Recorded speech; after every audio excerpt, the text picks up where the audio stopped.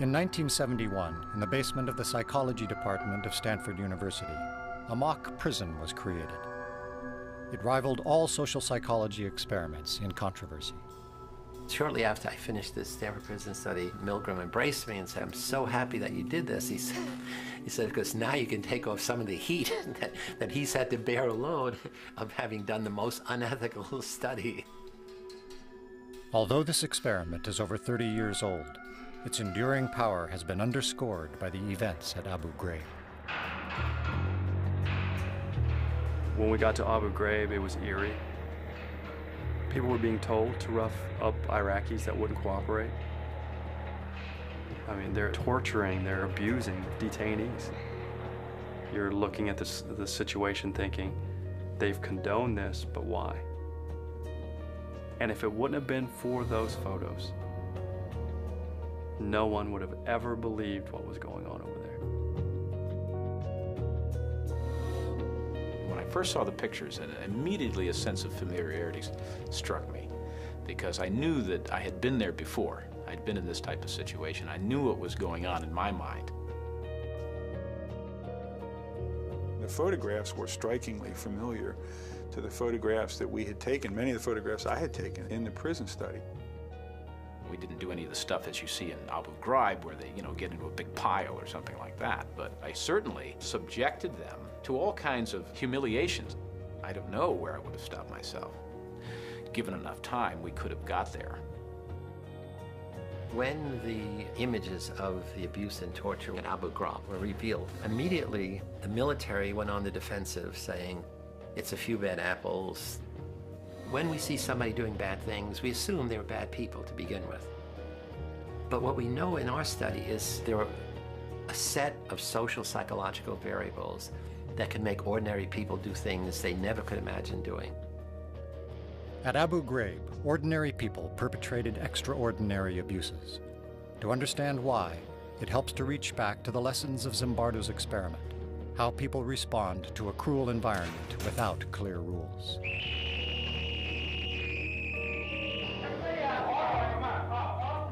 I think he and everybody else who came down into that situation got caught up into that situation. And the sense that this was an experiment, that began to fade away. It became just life. We frankly didn't anticipate what was going to happen. And we tried to really test the power of the environment to change and transform otherwise normal people, much as Milgram had changed or transformed otherwise normal people in an obedience situation. We wanted to do it in a prison-like situation. Over 70 men volunteered for Zimbardo's experiment. And they completed a battery of psychological tests. We picked 24 who were the most normal and most healthy. Half are going to be guards, half are going to be prisoners. And it's like flipping a coin, and heads, this one's a guard, this one's a prisoner. So at the beginning, there's no difference in the kinds of people who are in your two groups. When we were given our jobs as guards, we were issued a uniform, which was a plain sort of khaki or lighter colored uniform. And then we gave them the symbols of power, handcuffs, a whistle, a big billy club. And then the other thing we gave them were silver-reflecting sunglasses. When you have mirror sunglasses on, then nobody can see your eyeballs. I think that anytime you put on what essentially is a mask, and you mask your identity, then it allows you to behave in ways that you would not behave if you didn't have the mask on. To make it more realistic, I had arranged with this Palo Alto Police Department to make mock arrests. When I was arrested, it was a surprise to me. I didn't think I was going to be brought to an actual police station. I didn't think I was going to go through a booking process. The guards then put a blindfold on them, stripped them naked, and then they put them in dresses, smocks with no underpants. Each had a number that replaced their name. They had to know the number, and they could only be referred to by that number. And they had a chain on one foot, which was put there to remind them at all times of their loss of freedom. So all of these things produces a sense of being dehumanized. On on the first day, I said, this is not going to work. I mean, the guards felt awkward giving orders, and they'd say, okay, line up, repeat your numbers, and the prisoners start giggling. Hey, I don't want anybody laughing. 3, 2, 1. And then a very interesting thing happened. Dave Eshelman, who the prisoners named John Wayne, like he's a Wild West cowboy, he begins to be more extreme. I decided that I would become the worst, most intimidating, cruel prison guard that I could possibly be. I see in the future that you do work when you're told. Thank you, sir. Say it again. Thank you, sir. Say bless you, correction officer. I was sort of fascinated myself that people were believing the act, and I was trying to see how far I could take it before somebody would say, okay, that's enough, stop. We did have to do things like push-ups. We would have to sing things. At the beginning, we protested some of the actions. We did things to irritate the guards. So the guards' authority was challenged right off the bat. And the guards had to decide how they were going to handle that, and they had to decide it without our input. I mean, again, this was not a Milgram study in which we were standing over them telling them what to do. And they began to see the prisoners' behavior as a kind of an affront to their authority, and they began to push back. We would ramp up the general harassment, just sort of crank it up a bit. Nobody was telling me I shouldn't be doing this. The professor is the authority here. You know, he's the prison warden. He's not stopping me. This is unbelievable. They took our clothes. Hands off the door. There was the first evening a kind of rebellion that took place. The prisoners rebelled.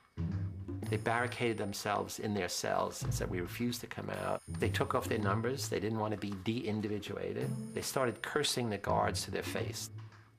And the key turning point was the guards began to think of them as dangerous prisoners. And so the guards formulated a plan to use fire extinguishers, took the doors down, dragged the prisoners out, stripped them naked, and essentially broke the rebellion in a purely physical way. From that point on, the study was as remarkable a series of events as I've ever seen. It was a real laboratory for Zimbardo and I to watch human nature transformed in a very rapid way in the face of a very powerful situation. People really suffered. I mean, guards did terrible things to the prisoners. They punished them by putting them in solitary confinement, which was a small closet. You could squat or stand, but you couldn't sit, and it was dark and dank, actually. Every hour, every day, there's a teeny little bit more of an increment. And they're stepping up, taunting the prisoners. They're stepping up. The count's not letting them sleep. They're stepping. I don't think from 1 minute to the next, the people who are in it see the change and see the difference. You got a nice friend. You can was going to see who was a general Red Blanket. And then the next key thing happened beside the rebellion. Prisoner 8612, he was the first one to have an emotional breakdown. I feel really fucked up inside. You don't know. I gotta go. To a doctor, anything. I mean, Jesus Christ, I'm burning up inside. Don't you know? I'm fucked up. I don't know how to explain it. I'm all fucked up inside. Help me out! Help me now! At the time, if you had questioned me about the effect I was having, I would say, well, they must be a wimp. They're weak, or they're faking. Because I wouldn't have believed that what I was doing could actually cause somebody to have a nervous breakdown. It was just us sort of getting our jollies with it. Let's be like puppeteers here. Let's make these people do things. What if I told you to get down on that floor and fuck the floor? What would you do then? The guards now began to escalate their use of power. Some of them had prisoners clean out toilet bowls with their bare hands.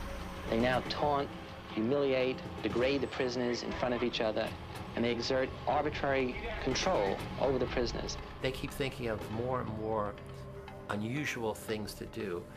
And very soon after the fourth day, things begin to turn sexual. You be the bride of Frankenstein, and you be Frankenstein. I want you to walk over here like Frankenstein and say that you love the true man. If you want to fully sort of humiliate somebody, then you want to get them in those things where their biggest fears are. And a lot of us have a lot of sexual hang-ups, and so that was part of that effort to humiliate them even further. Get up, Claude. I love you, Claude. I love you, Jordan. You're smart, Jordan, see? You get down here and do 10 push-ups. The guards knew that had the coin come up heads rather than tails, they would have had the dress on rather than the uniform on. They knew that. So they certainly knew that the prisoners who were being mistreated had done nothing wrong to deserve the mistreatment. And yet the roles themselves were so powerful and the environment itself was so powerful that they ended up punishing those prisoners as though they had done something wrong. Prisoner 819 did a bad thing. We were told to chant something about how he was a bad prisoner. And at the time I went along with it, I'm thinking, what does this matter? We don't believe this, but we can go along and chant it. Because of what prisoner 819 did, myself is the best. Because of what prisoner 819 did, myself is the best. That night, he had a breakdown. Every day after that, another prisoner broke down in a similar way. Broke down, I mean, extreme stress reaction. We released another one on Tuesday, Wednesday, Thursday. Nobody who was in that study could deny that the prisoner breakdowns were genuine. They were scary to see. They were upsetting to us. They were unexpected, but they were very clearly the real thing.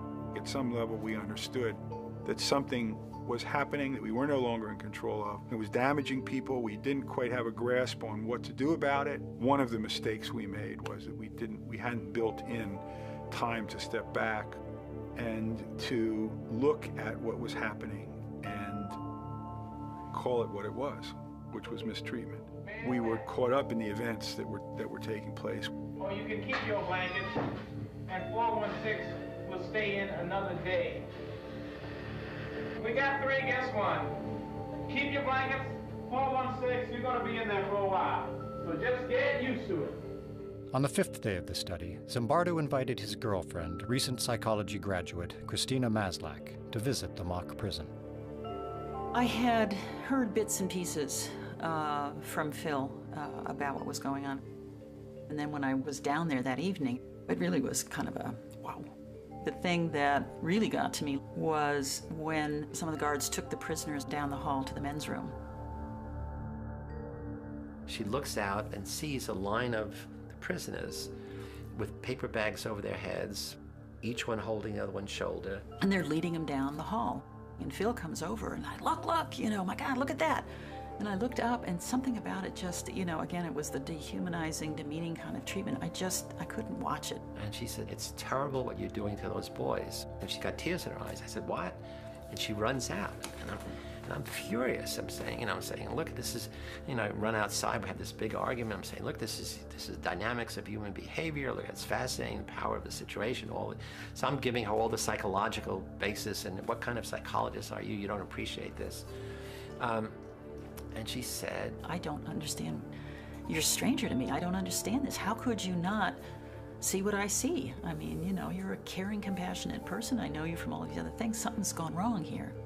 And then the next thing she said, which had an equally big impact, is, I'm not sure I want to, have anything to do with you if this is the real you. And that was like a slap in the face, because what she was saying is, you've changed. The power of the situation has transformed you from the person I thought I knew to this person that I don't know. And at that moment I said, wow, you're right. We got to end it. After only 6 days, Dr. Zimbardo shut down his experiment.